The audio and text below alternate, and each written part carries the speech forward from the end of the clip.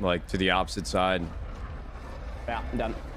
I just got dev air. No, you didn't. Yeah, my game crashed. Fuck, There's kids well, here. There's kids here. I know. That's the kids I was talking about. We should just go back, bro. We should go to like where I marked.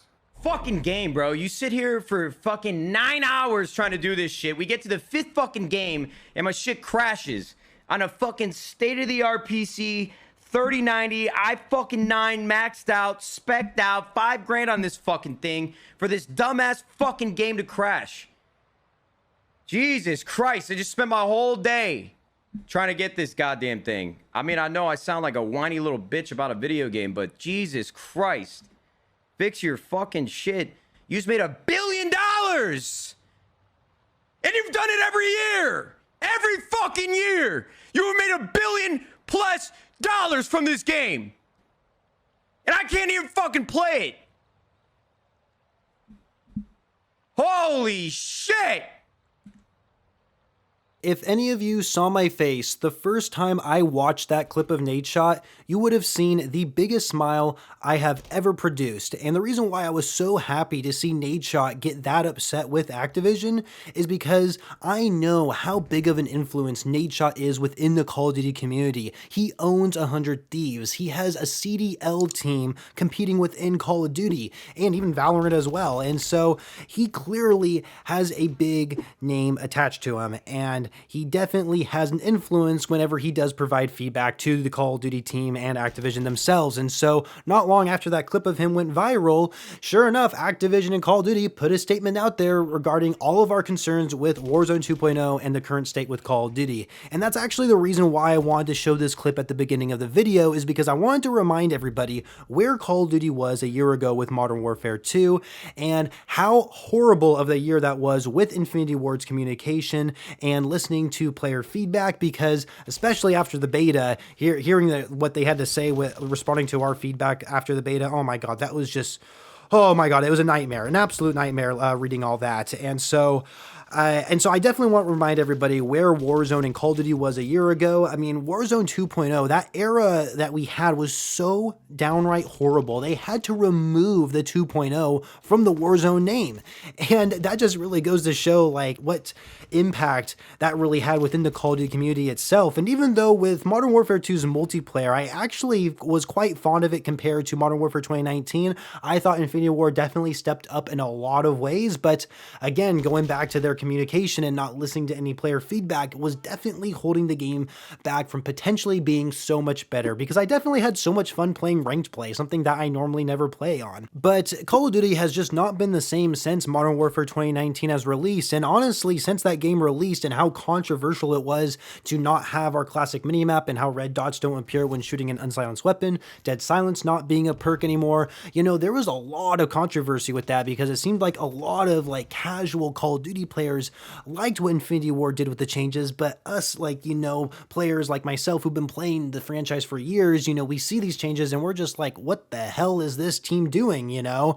And so it's just like so crazy, like how downright bad Call of Duty has been getting year after year since Modern Warfare 2019. Sure, yes, the pandemic definitely didn't help, but Treyarch and Sledgehammer Games have been getting taken off of their main projects, so Activision can make, you know, that pretty dollar with another Call of Duty title that they can get every single year, right? So like, what the hell happened to Call of Duty? What the hell happened? Let's go ahead and actually fast forward to present day here. I showed you guys that clip of Nadeshot in the past from like a little over a year ago. Now let's go into present day here. It is February 29th, 2024, and this video will be uploaded probably early March. And even though I wanted to upload this video a lot earlier, especially within February, because within the span of a week, there were 3 separate events that happened within the Call of Duty scene that just really shows how downright bad this franchise is getting. So the first thing I want to share with you all is the lawsuit that Scump and Hector is putting on Activision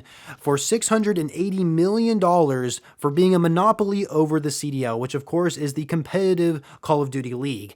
And I looked into this lawsuit a little bit. I didn't read every single detail, but I read enough to where my conclusion, and a lot of you may not like this opinion of mine, but I don't think Scump Scump and Hector are going to win this lawsuit. I don't pay that much attention to the CDL, so there's probably a lot of details I'm missing out. And like I said, I didn't read the entire lawsuit itself, but from all the bits and pieces that I was able to gather from it, I don't know if they're going to win this. It doesn't seem like it'll be in their favor. Plus, this is Activision we're talking about. They are going to have some top tier lawyer. I don't know what kind of lawyer Scump and Hector can get. Maybe they'll have a good lawyer as well. I don't know.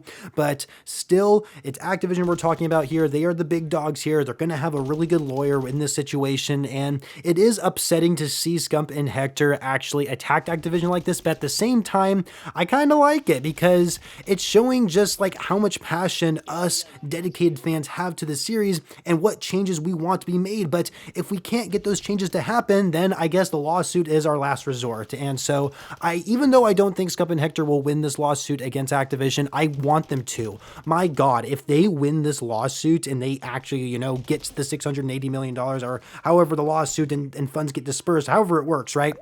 If they do win this lawsuit, things are going to change significantly, especially within competitive Call of Duty. Because the thing about Scump is that I kind of look at him as like the Tom Brady of Call of Duty, because he's the one guy who was in competitive Call of Duty for so many years. He has won so many tournaments, championships, you name it, right? Even though I think Crim 6 is up by maybe 1 when it comes to those championships, I'm not entirely positive. I'm more of a casual fan when it comes to competitive COD. I'm not like super deep into it at all. And besides, I am kind of new to it as well. But yeah, don't think this is going to go through, and I hope it wins. I hope it works out for them, but I honestly just don't see it happening. The second event I want to talk about isn't really an event, I guess you could say. I mean, I guess none of these could be really considered an event, but I'm just calling them events for the sake of this video. But the second thing I want to bring up happened on February 21st, and it was actually only 6 days after we were revealed about the whole Scump and Hector lawsuit. But Nadeshot, going back to him, he actually replied to a Charlie Intel tweet his concerns within cheaters in Call of Duty. And so, of course, this is different than the whole thing about the games crashing. Now it's going back to cheaters, which of course were an issue when Warzone first launched. And although like I didn't really run into him too frequently, so I would definitely run into him quite a bit within Rebirth Island, but then it seemed like Activision got their shit together and were able to clear it up. But now I guess cheaters within ranked play, whether that is Warzone Resurgence, normal Battle Royale ranked play, or even Modern Warfare 3's ranked play, cheaters are absolutely rampant within it. And I guess if you're someone who takes it very seriously and want to reach that top rank, maybe even top 250, good fucking luck, because apparently the majority of people on those leaderboards are cheaters, and that is shit. And so apparently the Ricochet, which Nero I know always calls it, but Ricochet, that anti-cheat system, apparently people have discovered that there are cheats out there that will literally like make it to where Ricochet can't recognize it. And so like, what the fuck is going on here? Like, it seems like the whole Ricochet anti-cheat we see within Call of Duty, it seems like they focused a lot more on just marketing it and like just saying, hey, we have an anti-cheat in place and you guys won't have to deal with cheaters. Oh, guess what? We're wrong. This thing is actually complete dog shit. It's not completely up to date as it should be. And there's plenty of other competitive video games out there that have a better anti-cheat system in place. And so, yeah, Activision, your billion-dollar ass company, got to get that fixed, because I know if I was someone who was very, very competitive within Call of Duty and wanted to be in the top 250, this is something I would 100% complain about. And I feel bad for the ones who are trying to make a name for themselves and probably want to get themselves in the CDL. So I feel for you guys. It sucks. Nothing feels worse than going up against a cheater and knowing that there's nothing you can do about it. The third event that happened within February, and this actually only happened 2 days after that tweet that we saw from Nadeshot, was actually the Call of Duty servers being completely unplayable. Nobody could play Call of Duty on February 23rd. I don't know how quickly the server issues got fixed, but I think what ended up happening is that if you logged in and were able to get into a Call of Duty server, basically all your stats, classes, camouflage, every single thing on your account would become reset. However, when you would get into a multiplayer lobby, apparently, allegedly, I should say, because I was not able to experience any of this for myself, but allegedly, skill-based matchmaking was was just not there at all. So I guess people were pretty happy about that aspect. But of course, you know, it seems like all this stuff got resolved in less than 24 hours. I mean, I was working when all this stuff broke out, so I never got to actually experience any of it for myself. But yeah, Call of Duty servers were just downright bad. Nobody could play anything. And once you did get online, everything was reset, but there was no skill-based matchmaking in there.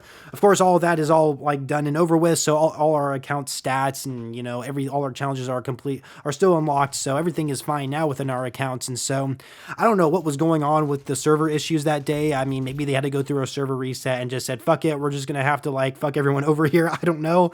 But yeah, I don't know what was going on that day. It did not look good.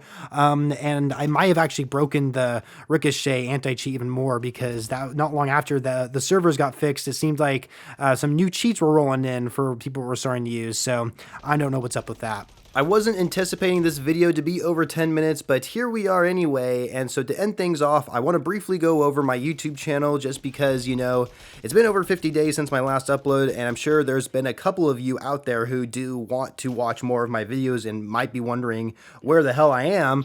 Yeah, honestly, I mean, it's no big surprise. I haven't been consistent with this channel in the last 2 years, and it's something that I'm not happy with. I want to be consistent, and you know, honestly, this video that I'm putting out there, I probably don't even need to make. You know, it's probably better off to just like be silent until I just want to come back and just start being consistent. But that's just not who I want to be. If I have time to make a video, then I'm gonna do it. And so that's why I'm making this video today. And so I feel like it's appropriate to kind of give an update at the end of this video on what's been going on with my life. And really just to sum it up is, within the last year alone, I moved to a different state of residence, a state that I'm not used to have lived in. I've never lived in this state before. And within the state, I've moved 3 separate occasions within the last year.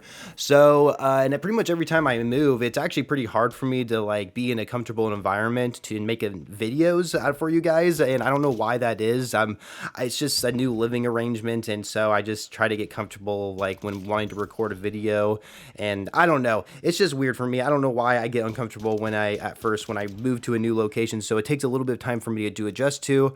I don't know why that is, but also I do live stream occasionally, even though I don't upload as many videos. I try to live stream when I can, but I still don't really have the best internet for that either, so that's also why you don't see it as much anymore.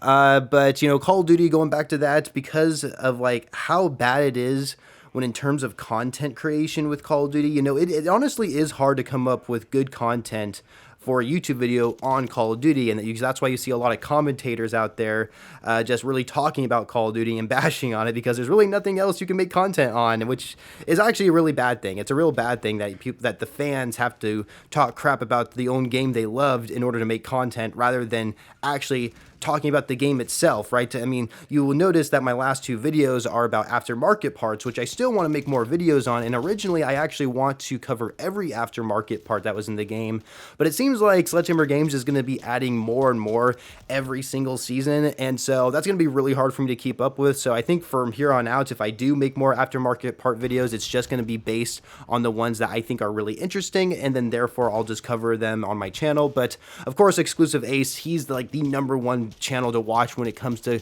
going in depth on, you know, the different aftermarket parts, and definitely every single weapon, perk, attachment, like literally everything about the game. I mean, the guy covers every single aspect of the game, I swear to God, and so he's like absolutely incredible. But you know, another game called X Defiance, which I've made a couple videos on, that's a game I've been looking forward to very much, and apparently it's supposed to be releasing this month, and we'll see if that actually happens, because the game doesn't have a good reputation right now because of the delays for its launch. But right now might actually be a good time for the game to come out and maybe give me a reason to go ahead and play it and give me motivation to make more videos for you guys, because it sucks not being motivated to make videos, because I want to. I love editing videos. I can get lost in it so easily, but it's just that motivation and how much incentive I really have to make content for you guys. But because of how bad Call of Duty has really been, it just hasn't really given me that motivation. Even though I think Modern Warfare 3 is a great game, I just have a hard time figuring out content wise for you guys, and it sucks. And so I really want to get back in that creative aspect within YouTube, but real life's just been hitting me right now. I have exams I've been studying for, which needs to take priority over my channel for sure. And so yeah, not a whole lot of time playing video games, unfortunately. And so if I don't have a lot of time to play video games, I'm not going to have any time to make a video for you guys, and that's pretty much how I'm going to sum it all up. So anyway, that's all I have to say for the rest of this video. I hope you guys enjoyed it. If you are a subscriber to the channel already, I really do appreciate all the support you guys have been giving me, and make sure you guys do stay tuned for future videos, because some of you may actually be new to the channel, and if you want to subscribe for more videos, I don't know when my next video will be out, I'll be honest, but my channel's anniversary is just around the corner, and I do plan on making a video for my anniversary like I do every single year, so that's really the next planned content for the channel. But otherwise, I'm not exactly sure what else I'll be putting out there, but stay tuned for whatever it may be if you wish to do so. So anyway, hope you guys enjoyed the video. Subscribe if you're brand new, and I shall catch you guys later.